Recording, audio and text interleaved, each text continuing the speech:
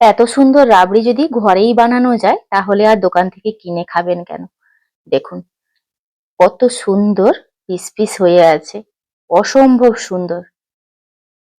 দোকানের থেকে অনেক ভালো স্বাদ ঘরে বানানো রাবড়ির।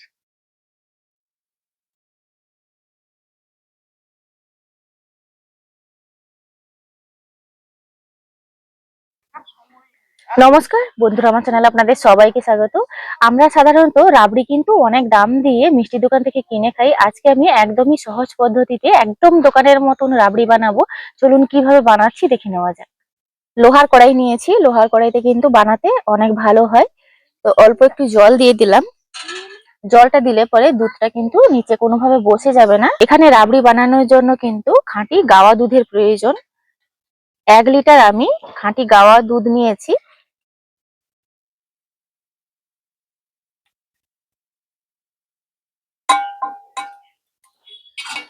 তিনটে এলাচ মুখ ফাটিয়ে নিয়েছি, দিয়ে দিলাম।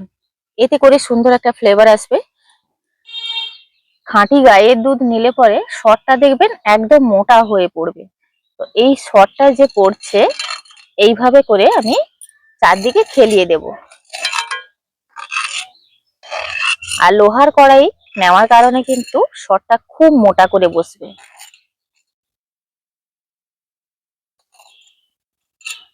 এবং এই যে সাইডের সরটা যে আমি সরিয়ে সরিয়ে দিচ্ছি, এটাও কিন্তু তুলতে কোনো রকমের সমস্যা হবে না।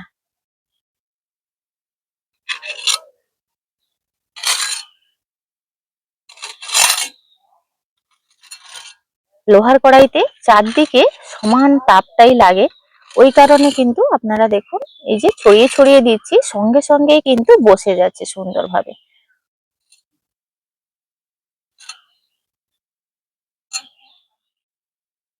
দেখুন গাইয়ের দুধে জাস্ট 5 মিনিট পরেই আপনাদেরকে দেখাচ্ছি। এরকম কিন্তু সরটা যতবার পড়ছে ততবার কিন্তু এইভাবে খুন্তি দিয়ে সাইডে দিয়ে দিচ্ছি। খুব সুন্দরভাবে কিন্তু একটা মোটা আস্তরণ বসে যাচ্ছে। যত ভালো মোটা আস্তরণ বসবে তত কিন্তু রাবড়ি ভালো হবে। আর অতি অবশ্যই কিন্তু ফুল ফ্যাট মিল্কটা নিতেই হবে। এখানে কিন্তু আপনারা চেষ্টা করবেন খাঁটি গরুর দুধ নেওয়ার। প্যাকেট দুধে এত ভালো রাবড়ি কিন্তু হবে না।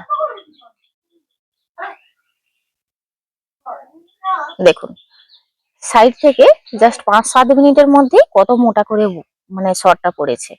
এইভাবে কিন্তু পুনরায় বারে বারে এই কাজটা আমি করতে থাকবো। যতবার সরটা পড়বে ঠিক এইভাবে খুন্তিটা দিয়ে সাইডে সাইডে দিয়ে দেব। 1-2 মিনিট বাদে বাদে কিন্তু কন্টিনিউ এই কাজটা করতে হবে, যতক্ষণ দুধটা মানে ঘন না হচ্ছে। তো আপাতত এটা 25 মিনিট 20 মিনিট তো লাগবেই। রাবড়ি বানানো একটা ধৈর্যের কাজ। যত ধৈর্য ধরে সময় নিয়ে বানাবেন তত কিন্তু ভালো হবে। তো আপনাদেরকে একটু দেখাই, 10-12 মিনিট আমি জাল দেওয়ার পর কত সুন্দরভাবে মানে সরটা সাইডে বসেছে। দেখুন হালকা হালকা করে সর পড়ছে, আর আমি এইভাবে সাইড দিয়ে কিন্তু ওপরের সাইডে তুলে দিচ্ছি। এই যে মোটা স্তর, যত মানে ধৈর্য ধরে রাবড়িটা বানানো হবে, মোটা স্তরটা কিন্তু সরটা যে তত ভালো পড়বে।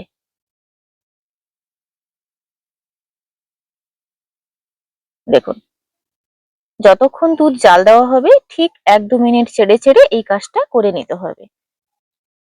আপনারাও সবসময় একটু চেষ্টা করবেন এরকম একটা লোহার কড়াই নেওয়ার। তো লোহার কড়াইতে কিন্তু সরটা বেশি মোটা করে বসে। তো এই পর্যায়ে 10-12 মিনিট জাল দেওয়ার পর দিয়ে দিচ্ছি পরিমাণ অনুযায়ী চিনি। আপনারা যে যেমন মিষ্টি পছন্দ করেন ওইভাবে কিন্তু দিয়ে নেবেন।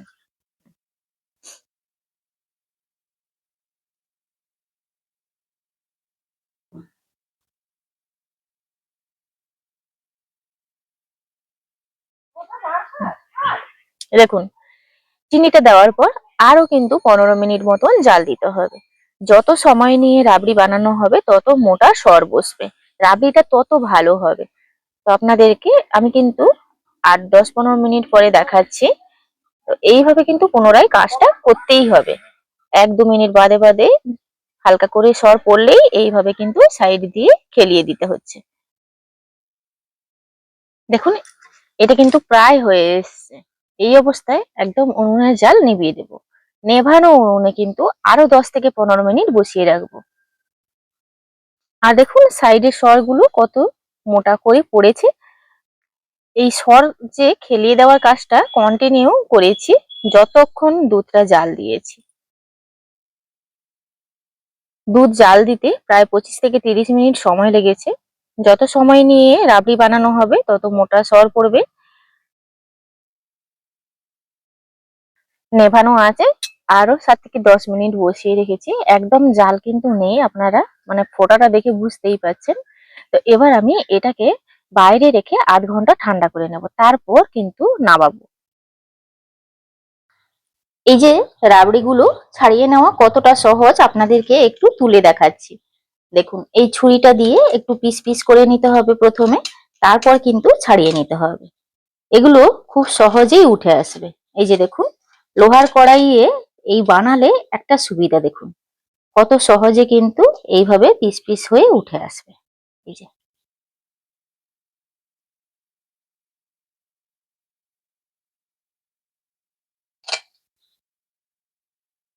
এইভাবে পিস পিস করে তুলে নিচ্ছি।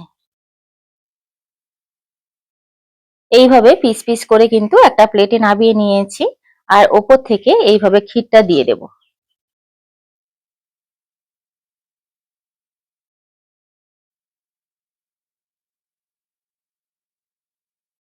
ওপর থেকে আপনাদের পছন্দ অনুযায়ী একটু ড্রাই ফ্রুটস দিয়ে দেবেন। তো আমি এখানে পেস্তা বাদাম দিয়ে দিচ্ছি।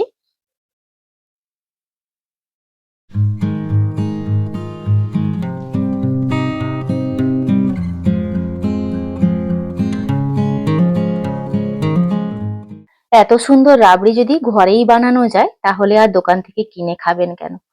দেখুন কত সুন্দর পিস পিস হয়ে আছে, অসম্ভব সুন্দর। দোকানের থেকে অনেক ভালো স্বাদ ঘরে বানানো রাবড়ির। ঘরে বানানো রাবড়ি কত সহজে বানিয়ে ফেললাম। আপনারা দোকান থেকে কিনে খান বা আমরাও, তো সেই দোকানে কিন্তু অনেক বড় কড়াইতে বানিয়ে থাকে, তার কারণে কিন্তু আরো বেশি দুধের প্রয়োজন হয় এবং সরটাও আরো বেশি মোটা করে পড়ে। তার জন্য কিন্তু দেখতে অত মোটা মোটা লাগে। ঘরে যেহেতু অল্প পরিমাণে দুধ দিয়ে বানিয়েছি, তো দোকানের থেকে কিন্তু খেতে অসম্ভব সুন্দর। আজকের ভিডিওটি এখানেই শেষ করছি, দেখা হচ্ছে পরবর্তী একটা নতুন পর্বে। ভিডিওটি ভালো লাগলে লাইক শেয়ার কমেন্ট করবেন। আপনারা সবাই ভালো থাকবেন, সুস্থ থাকবেন, সাবধানে থাকবেন।